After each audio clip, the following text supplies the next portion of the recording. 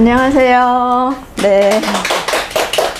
네, 오늘은 백산 안희재 선생님에 대해서 하도록 하겠습니다. 백산 안희재 선생님은 여기 선인출판사에서 안희재 선생 순국 70주년 기념 추모위원회에서 만든 이 논문을 쭉 모아놓은 책이 있어요. 요 앞에는 이렇게 관련된 사진 자료들도 많이 나와 있고요.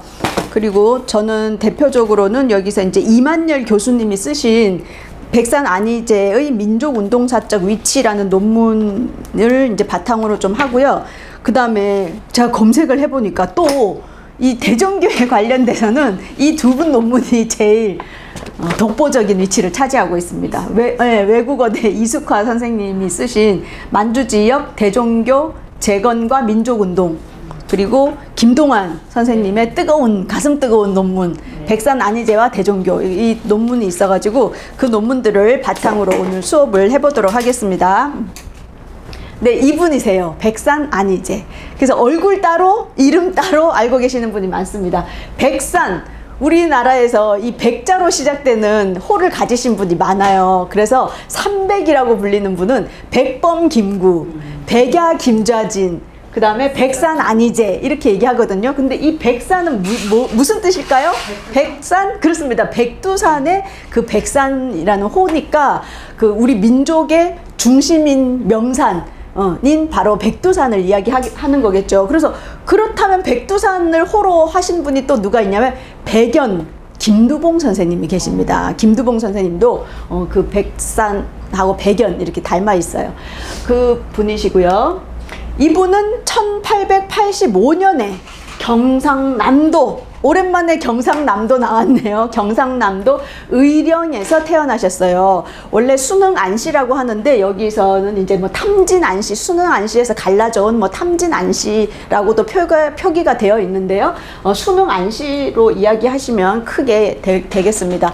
그리고 우리가 고려에 그 성리학을 들여온 분 누구죠? 안향이 이제 시조가 되겠고요. 조선시대 임진왜란 때는 곽재우 의병장이 있었잖아요. 그 곽재우 의병장과 함께 의병 활동을 하셨던 안기종 의병장이 계시는데요. 그분이 바로 이제 그 조상이 되시겠습니다. 그래서 곽재우 하면은 그 남명 조식 선생 문화생이잖아요. 그러니까 그 계통의 영향을 받은 집안의 그런 어떤 한학적인 분위기라고 할 수가 있습니다. 그리고 이분 집안은 뭐 만석군 이런 건 아니에요. 그런 건 아니고 향반이신데 이제 좀 소지주를 가지고 계신 그래도 지역에서 그런 위치를 차지한 집안에서 태어나세요. 그래서 7살 때 집안 어른이신 서강 안익재 선생님 밑에서 이제 이 한학을 수학하시게 됩니다. 그래가지고 어린 시절부터 이제 또 다 띄시고 이런 거예요. 아주 총명하시고. 그런데 17살 때 이 지역의 백일장에 나가셔가지고 너무 그 글을 잘 쓰신 거예요. 그 문장력이 뛰어나서 그것과 관련된 기록들이 남아 있습니다. 그러면서 이제 이때 이 지역에 있는 어른들이 다 너무 뛰어난 솜씨를 가지고 있다. 그래서 나중에 아주 큰 인물이 돼서 우리 의령을 빛나게 할 사람이다 라고 이야기를 하십니다. 그러다가 1899년에 결혼을 하세요. 몇 살이죠? 만 14살, 15살. 그쵸? 그렇게 옛날에는 어린 나이에 일찍 시집 장가를 갔으니까 성창녕 여사와 결혼을 하시고요. 이분은 옛날로 치면 복이 있지만 요새로는 복이 없어. 아들만 5. 아들만 5을 낳으셨습니다. 그래서 그 아들들이 나중에 이 아버지에 대한 기록들을 남긴 그 글들이 남아 있고요. 그런데 이제 이분 특이한 게 이제 19살 때 이 남쪽 지역을 유람을 하세요. 몇 개월 동안 남쪽 지역을 유람을 하면서 주변에서 같이 이제 글 읽고 한시도 짓고 이렇게 해서 남긴 글이 남유록, 남쪽 지방을 유람하면서 남긴 글이다 해서 남유록에 이 같이 유람을 했던 사람들의 글이 쭉 있는데 그 중에서 이 백산 안희재 선생님이 쓰신 글이 한시가 32개의 한시가 남아 있어요. 그래서 이거 국문학 관련된 논문이 있더라고요. 그래서 오늘은 우리가 역사 관련 일이니까 역사 관련 이야기니까 요 부분은 빼고 이야기하도록 하겠습니다. 어쨌든 이렇게 문장도 뛰어난 그런 분이셨다는 걸 알 수가 있어요. 그러다가 이제 1905년 을사늑약이 체결되죠. 이러면서 이게 내가 이 지역에만 있어서는 안 되고 신학문을 배워야 되겠다라고 생각을 하시고 흥화학교, 우리 흥화학교 많이 나왔다, 그쵸? 이때까지. 그래서 신학문을 하는 그런 학교로서 그 측량술 이런 것도 배우고 했다라고 우리가 배웠는데, 흥화학교와 보성전문학교 를 이제 들어가셔서 여기에서 이제 신학문을 처음 접하십니다. 근데 여기는 잠깐 계시다가 1906년에 양정의숙 들어보셨죠? 양정의숙에 이제 들어가서 여기서 이제 수학을 하셔가지고 1910년에 졸업을 하시거든요. 이 양정의숙 하면 또 누가 떠오르냐? 많은 이제 선각자들이 있는데 그 중에 박상진 의사가 이때 같이 이 시기에 같이 학교를 다녔어요. 그래서 이 박상진 의사는 우리가 저번에 허위의병장 할 때 허위의병장의 제자로서 허위의병장 시신을 거두었던 그런 분이고 아주 유명하신 분이다 하고 우리가 배웠습니다. 그 뒤에 또 나오니까 그런 분들과 같이 양정의숙에서 수학을 하셨습니다. 이게 남유록이에요. 그 한시 쓰신, 다 한문이야. 다 한문. 이제 물론 이제 여기에 보면 다 풀이가 이제 되어 있는데 이렇게 남유록도 쓰셨고요. 그런데 이제 이 양정의숙 학교 다니는 도중에 학생이면서도 뭘 했냐? 학교를 설립하세요. 1907년에 구명학교라고 있습니다. 제가 이제 부산 출신이니까 부산에 구포 있거든요. 구포 초등학교가 이 구명학교예요. 그래서 그 지역에 부산 지역의 유지들과 함께 구명학교를 설립하셨다라고 되어 있고요. 그 구명학교가 이거예요. 여기 구명학교 개교식, 구명학교 개교식이라고 나와 있습니다. 그래서 이게 그 지역에, 그래서 지금은 부산에서 구포하면 부산역 전에 구포역 있잖아요. 그래서 저 때만 해도 구포하면 조금 이렇게 그렇게 발달된 곳은 아니었는데, 이 당시에는 그 포가 있으니까 뭐 영등포 이런 거 있듯이 포가 있기 때문에 낙동강을 거슬러서 그 안동까지 왔다 갔다 했던 곳이어서 여기가 구포가 아주 발달된 지역이었대요. 그래서 이렇게 많은 학생들을 모아서 학교를 만들었습니다. 이렇게 구명학교도 만들었었고요. 그 다음에 협동학교는 안동에서 그 김동삼 선생님 있잖아요. 일송 김동삼, 그분들하고 이제 협동학교 만드는데도 같이 출자하시고, 그 다음에 이 의령 지역에 의신학교라고 해서 신교육기관 의신학교 만들 때도 같이 참여하시고, 그리고 이 의령에서도 이분이 태어나신 입산리라고 하거든요. 요 지역에 이 종중의 그 재산들을 모아가지고 창남학교라는 거를 설립하세요. 그러니까 이때도 학교를 다니면서도 자기가 이런 학교를 설립해서 교육에 힘을 썼다라는 걸 알 수 있습니다. 그러니까 1905년을 전후해가지고 이제 의병 활동도 많이 하지만 또 뭐예요? 애국 계몽 운동도 많이 하잖아요. 그래서 이 백상 안희재 선생님은 어떤 걸로 마음을 먹으셨냐? 의병 운동이 아니고 애국 계몽 운동을 해야 되겠다라고 해서 이렇게 신학교를 많이 설립하셨다는 걸 알 수가 있습니다. 그러면서 이제 그냥 단순히 학교를 설립하는 거가 아니고 교남학우회라는 것을 만들어요. 그래서 뭐 우리가 뭐 도산 안창호 선생이나 이런 분들도 평양이나 이런 데서 이렇게 학회를 만들어 가지고 거기에서 교육 그 기관을 계속 지원을 하듯이, 이 교남이 뭐냐면 옛날에 영남 지역을 교남이라고 했습니다. 그래서 교남학우회에서 학생들의 학비도 대주고, 그 다음에 그 교육 강연도 다니면서 하고, 그리고 잡지, 교남학우회 잡지를 발간을 해요. 그래서 이제 언론 활동도 하는 그런 교남학우회도 만드시고요. 달성 친목회, 달성하면 어느 지역이죠?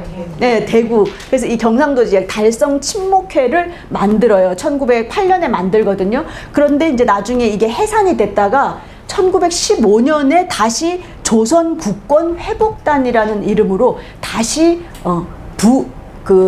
이 조직을 재건을 합니다. 그래서 이 조선국권회복단을 만들어요. 그러고 또 우리가 그동안 독립운동가 하면 꾸준히 나오는 게 뭐였어요? 대동청년당. 대동청년단 하면 이제 김좌진 장군이 나중에 뭐 만주 지역에서 만든 거고, 대동청년당이라고 검색해야지 나옵니다. 이건 뭐냐 하면 경상도 그 유학생들 모임으로 시작을 했어요. 그러니까 서울로 유학을 온 사람들 중에 출신이 경상도인 사람들끼리 모여가지고 이제 이런 애국적인 그 조직을 만든 거예요. 그래서 이 안희재 선생님, 그 다음에 남형우, 서상일, 신배구, 김동삼 이런 분들이 모여가지고 만들었어요. 근데 나중에는 이게 좀 그 조직이 커지면서는 전국에 걸쳐서 이 청년, 신교육을 받는 청년들이 모여가지고 독립운동을 하는 곳인데, 이 대동청년단은 비밀 조직이었어요. 그래서 해방이 될 때까지 그 비밀 조직이 밝혀지지 않은 거의 유일한 독립운동 기관이었다라고 하죠. 그래서 1952년인가 해단식을 해. 그때 우리 공식적으로 해산한다 이렇게 하는데, 그렇게 비밀리에 끝까지 독립운동을 했어요. 그래서 비밀리에 너무 잘 됐기 때문에 기록이 남아있을까요? 안 남아있을까요? 거의 안 남아있어요. 그래서 이 백상 안희재 선생님 책 읽으면서도, 아니 왜 이렇게 자료가 없어? 그러니까 논문 쓰시는 분들 보니까 추측을 한다라든지 짐작할 수 있다라든지 막 이렇게 돼 있어요. 그래서 왜 이렇게 자료가 없지 했는데, 마지막에 이 제가 여러 논문을 딱 보면서 마지막 결론이 뭐냐? 너무 활동을 잘했기 때문이야. 주기적으로 안희재 선생님은 그 자기와 그 조직에 대해서, 그 다음 동지들에 대해서 주기적으로 소각을 했어요. 그리고 마지막에 잡히시기 직전에 그 이모교변 때 잡히기 직전에 이분이 계속 쓰고 계셨던 만목일기라는 그 일기에 모든 기록이 남아 있었는데, 그것도 다 태워버리고 서로 주고받았던 편지 이런 거를 조직 보호 차원에서 다 불태워버려가지고 남아있지가 않습니다. 그런 대동청년단이다. 그래서 여기에 나와 있는 분들이 누군지 우리가 또 좀 알아볼 필요가 있겠다 싶어가지고 제가 이 남형우 선생님의 사진을 아무리 찾으려고 그래도 없어요. 그런데 찾았어. 이분이야. 이분. 너무 소중한 누군가의 블로그에서 제가 이걸 찾았습니다. 이게 뭐냐 하면, 임시정부 임시의정원 신년 축하식 기념 촬영이에요. 이게 언제나 대한민국 3년이에요. 대한민국 원년이 1919년이고, 그 다음에 이렇게 하면 한 1922년 그쯤에 1월 1일에 찍은 사진인데, 여기에 이름들이 쭉 나와 있어요. 우리 좀 보면 몇 명 알겠죠? 요 김구 선생님, 그쵸?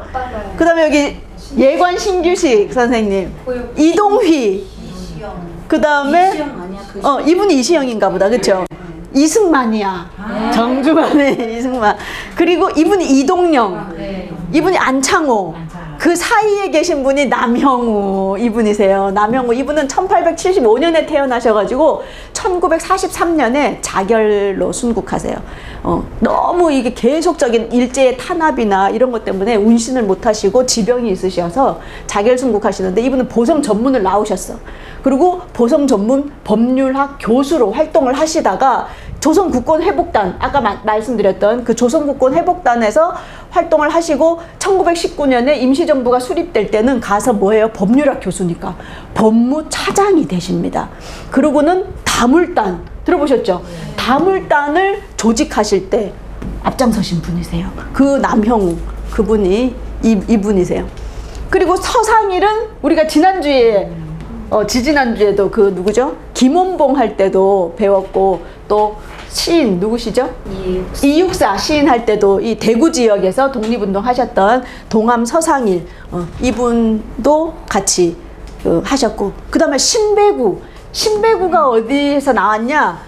신채호, 신규식, 신배구 해서 그 산동 삼재, 그 지역에서 3명의 천재다 해가지고 했던 그 3분 중에 이 신배구. 그리고 신채호 선생님도 대동청년당에서 같이 활동하십니다. 신규식 선생님은 먼저 상해에 가 계셨기 때문에 이 2분. 그래서 이런 분들 우리가 기억을 할 필요가 있다. 그래서 이제 대동청년단의 단이 요 경상도 지역, 대구나 부산만 있은 게 아니라 나중에는 이렇게 원산, 단동, 신양, 길림 이렇게 해서 만주 지역과 중국 지역 그리고 우리 한반도 내에서 대동청년단이라고 해서 전 지역에 걸쳐서 독립운동 조직이 서로 연락을 취하고 이렇게 했다는 걸 알 수가 있습니다. 그래서 이 대동청년단의 단원에 대해서 유일하게 남아있는 자료가 있어요. 그래서 이거 작성하신 분은 이렇게 작성하고 다니면 안 돼. 일제강점기 때. 근데 나중에 어떤 한 분이 이걸 이제 알려줘가지고 이게 남아있는데요. 단장이 남형우였어요. 그리고 부단장이 바로 백상난이제 선생님이었어. 그래서 단원은 이제 서상일이라든지 우리가 또 배우게 될 윤현진, 뭐 쭉 이금노 있죠. 또 신배구 있죠. 윤세복, 신성모, 또 민강. 이 민강이 누구냐면 부채표, 동화약품, 가스활명수 그거 만드신 그 회사 만드신 기업인이에요. 그리고 뭐 이렇게 최완이 누구냐면 최부잣집 그죠 경주 최부잣집의 마지막 둘째 아들 최완, 그 형은 최준. 그리고 뭐 이렇게 김동삼이라든지 신채호 이런 분들이 다 대동청년당이었다는 거예요. 그래서 이분들이 나중에 이 1945년 일제강점기 내내 독립운동을 하셨는데 다양하게 무장투쟁 하신 분, 임시정부에 들어가신 분, 의열투쟁 하신 분, 또 사회주의 운동하고 계신 분, 또 학교 설립이나 독립운동 자금을 지원하신 분, 그 중에 이제 안희제가 들어가죠. 그리고 나중에 이렇게 다양한 활동을 하셨던 그 분들이 바로 대동청년당 출신들이었다라는 거를 알 수가 있습니다. 자, 그리고는 이제 1910년에 양정의숙을 졸업을 했어요. 졸업을 하면서 학교에서 성적도 좋고 똑똑하고 이렇게 하니까 관리가 되면 어떻겠냐 제안을 하는데 단박에 거절하고 운동하는 사람들과 앞으로 어떻게 해야 될 것인가 나라를 찾기 위해서 그런 수기를 이제 하고 다니셨습니다. 그런데 이 집안에 안효재라는 분이 계셨어요. 그분은 이 일제가 은사금을 주겠다고 한 거야. 거절하신 거예요. 그래가지고 이 의령의 이 안희제 이 집안이 계속적으로 일제가 귀찮게 하는 거야. 아니 감히 말이야 우리가 은사금을 주겠다는데 거절해? 이래가지고 아주 힘든 생활들이 이어지게 됩니다. 그러시고는 1911년 10월 3일 개천절에 대종교에 입교하시게 됩니다. 그래서 이제 이 논문에 보면 1911년 입교설, 1931년 입교설, 1934년 입교설 이렇게 3개의 입교설이 있어요. 그런데 이분이 쭉 같이 활동했던 사람들이라든지 여러 가지 정황 그리고 대종교 그 총본사에서 낸 공식 기록에 의하면 1911년 10월 3일이다. 그리고 절친이었던 동지였던 윤세복 선생님이 그 증언을 해가지고 글을 써놓으셨기 때문에 1911년 설을 기준으로 하도록 하겠습니다. 그래서 대종교에 입교하셨고요. 1911년부터 3년 동안 이제 해외 탐방을 다니세요. 그래서 정확한 기록은 안 나와 있지만 이게 정말 망명이었는지 아니면 일시적으로 누구를 만나러 나갔다가 늦게 들어오신 건지 뭐 설은 여러 가지가 있지만 어쨌든 이 3년 동안 다니시면서 많은 독립운동가들을 만나세요. 근데 떠날 때 뭐라고 했냐? 나 일본에 공부하러 간다. 일본에 공부와 여행을 겸하러 간다라고 동네에 소문을 다 내놓고는 어디로 갔냐 하면 러시아로 가요. 원동 지역으로 들어가서 거기에서 이제 뭐 페테르부르크 막 이런 데도 가시고 블라디보스톡을 거쳐서 3년 동안 다니시면서 누구를 만나냐? 안창호, 그 다음에 신채호, 이갑 이런 분들을 만나세요. 이런 분들을 만났다는 기록은 우리가 이갑은 언제 배웠냐 하면 최재영 선생님 할 때 배웠어요. 최재영 선생님 할 때 안중근 의거를 최재영 선생님이 도와주잖아요. 그러고 나서 그 안중근 의거를 제일 처음 대서특필했던 그 신문사에 이 이갑 선생이 글을 쓰시고 그걸 알린 분이거든요. 근데 이 이갑 선생님이 안창호 선생님한테 계속 편지를 보내요. 그 편지 안에 내용이 뭐냐면 내가 이번에 안희제를 만났는데 이 안희제 선생이 이제 돈이 없어가지고 본국으로 돌아갈 여비가 모자란다 뭐 이런 이야기를 쓴 편지가 발견이 됐어요. 그래서 이런 분들하고 만나면서 독립운동을 고민을 하셨다는 걸 알 수가 있습니다. 그러고 나서는 이제 1914년에 귀국을 하시거든요. 근데 1914년 귀국하기 전에 1912년에 대구 박상진 의사가 대구에서 상덕태상회라는 걸 만들어요. 상덕태상회라는 이때 이제 이런 상회들을 만드는데 왜 이런 상회를 만들었을까요? 그렇죠. 자금과 함께 이제 서로 비밀리에 독립운동가들이 왔다 갔다 하려면 뭔가 명분이 있어야 되잖아요. 그러니까 물건을 띄어다가 저기다 갖다 주려고 한다라든지, 그리고 실제로 돈도 필요했기 때문에 이런 상회를 거점으로 사람들이 움직였거든요. 1912년에 박상진이 대구에서 만든 게 상덕태상회야.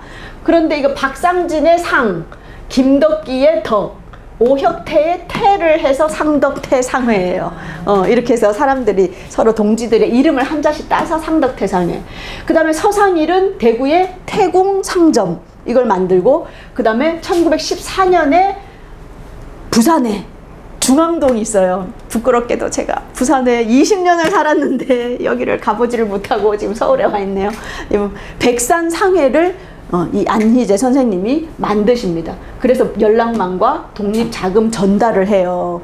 그래서 예를 들어서 이제 언제 있냐면 그 1919년에 상해에 프랑스 파리로 그 김규식 선생님이 가시잖아요. 김규식 선생님의 부인이 누구지? 김순애예요. 그래서 이분이 이제 상해에서 밀사로 우리나라로 들어오거든요. 들어올 때 제일 먼저 찾아간 곳이 바로 백산상회야. 안희재 선생님 찾아가요. 그리고 또 우리가 동경의 김마리아 여사, 그 28 독립선언서를 이제 품에 숨겨가지고 들어왔다 그랬잖아요. 그분도 제일 먼저 부산에 도착해서 찾아간 곳이 바로 이 백산 안희재 선생을 찾아가게 됩니다.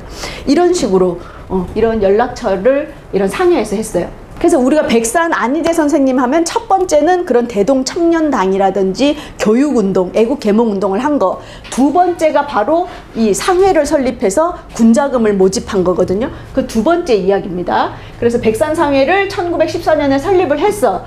그런 다음에 이거를 이제 조금 이제 이름이 알려지고 이러면서 더 규모를 키워야 되겠다라고 해서 1917년에 주주 11명을 모집을 해가지고 합자회사를 만들어요. 합자회사 백산상회를 만드는데 이때 대표를 누구를 세우냐? 윤현태라는 사람을 세우게 됩니다. 근데 윤현태라는 사람은 나중에 이 사람의 동생인 윤현진이라는 사람이 임시정부에서 활동을 하게 되거든요. 그래서 두 형제가 같이 독립운동을 아주 열심히 하는데 그 형이 이 대표를 맡게 돼요. 그러다가 1919년에 이제 3.1 만세운동이 일어나고 주식회사로 바뀌어요. 백산무역이라고. 그래서 주주가 더 늘어나 32명. 그래서 이제 이때는 조금 친일하는 사람이라든지 막 돈만 밝히는 사람이라든지 이런 사람도 다 끌어모아요. 그러면서 뭐라 그러시냐면 이 백산 안희재 선생님은 어떻게 보면 이 경제적인 일을 하는 거잖아요. 그러니까 개같이 벌어서 정승같이 쓰는 그 마인드가 있으세요. 그러면서 돈이 모이는 곳은 이 협잡꾼들이 많은 곳에 돈이 모인다. 이렇게 이야기를 하세요. 그래서 더러운 곳에 돈이 있어.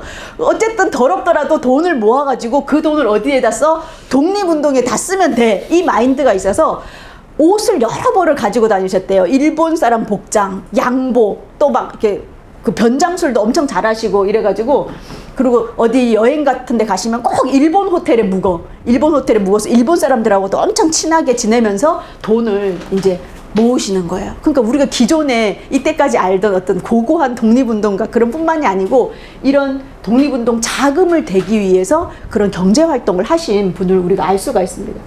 이때는 주식회사 사장을 누구를 앉히냐? 최준 선생을 앉혀요. 최준은 누구냐? 경주 최부잣집 마지막 종손이 최준 선생이 되겠습니다. 왜 마지막이라고 하겠어요? 이때 재산이 다 털려. 이제 그 다음부터 경주 최부자 이름 없어졌어. 그냥 명명만 남지 이때 탈탈 털리게 됩니다. 예. 그러다가 1928년에 파산을 해요.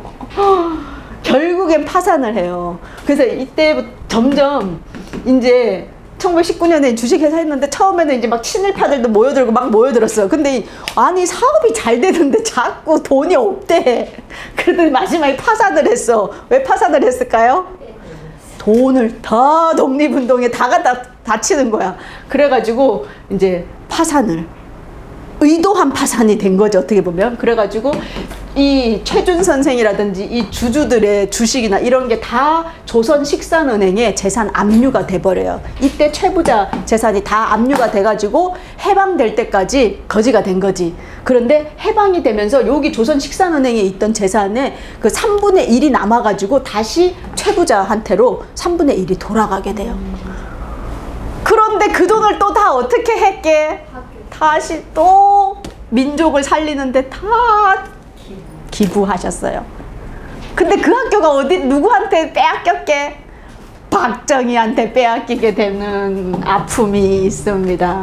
그래서 이 대목에서 여기가 바로 백산상회, 옛날 그 터예요. 백산상회. 이 사진은 1970년대에 찍은 사진이라고 되어 있더라고요. 이게 요 사진이에요. 요 사진. 그 옛날 사진은 없는 거죠. 그래서 요게 있고, 지금도 이 지역에 가면 요렇게 여기 모퉁이에 이렇게 상가 건물이 그대로 남아 있습니다.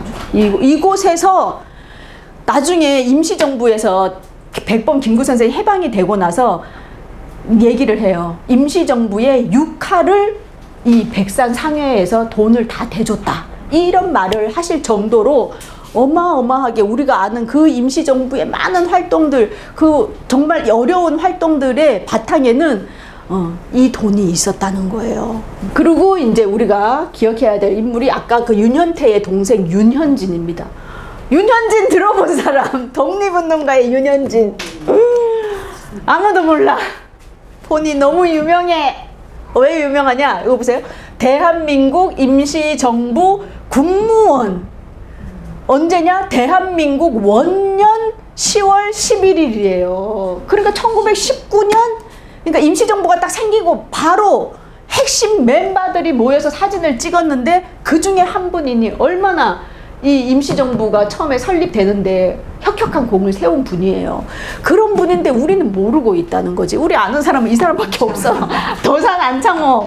이분이 신익희, 젊었을 때 신익희예요. 그리고 이분이 누구냐? 1892년에 태어났는데 1921년에 병사하셨어요. 몇 살이야? 31살? 30살? 30살이죠. 메이지대, 일본 메이지 법대를 나오고, 대동청년단, 기미육성회 다 들어갔어요. 이거 독립운동 하는데, 그쵸? 그리고 백산무역 주식회사에 형님하고 같이 주주로 들어가시고, 임시정부 자금 송달을 이분이 하신 거예요. 그래서 백산 돈을. 그래가지고 가셔서 임시정부 제일 처음 만들어질 때 재무차장을 누구를 시켰냐? 최재형 선생님을 시켰잖아요. 그랬는데 최재형 선생님이 뭐라 그래요? 나는 안 간다. 나는 여기 러시아에 남아가지고 총칼을 휘둘러야지. 외교적인 노력으로 해갖고 나라가 찾아지겠냐? 그래서 안 가잖아요. 그 자리를 대신 하신 분이 이 윤현진이에요. 그래서 이 윤현진이 돌아가시고 나서는 누가 하게 돼? 이시영, 이회영 동생, 성재 이시영이 하시게 되는 그 막중한 책임을 하신 분이에요. 이분은 경남은행 마산 지점장을 하신 이런 있는 집 자제였어. 그런데 병으로 일찍 돌아가시게 되거든요. 돌아가셔가지고 그때 장례식 사진이에요. 제가 이거를 그때 그 박물관에 가면 이 사진이 있어요. 이 사진이 언제적 사진인가 제가 몰랐는데 알고 봤더니 이 윤현진 선생 장례식 사진이에요. 그러니까 1921년이니까 그때만 해도 임시정부 초창기이기 때문에 사람들이 뿔뿔이 흩어지기 전이었던 것 같아. 그래서 이렇게 장례식을 하고 그 다음에 길가에 또 이렇게 만장을 해가지고 이 상해에서 이렇게 장례식을 했던 분이 바로 윤현진이었더라고요.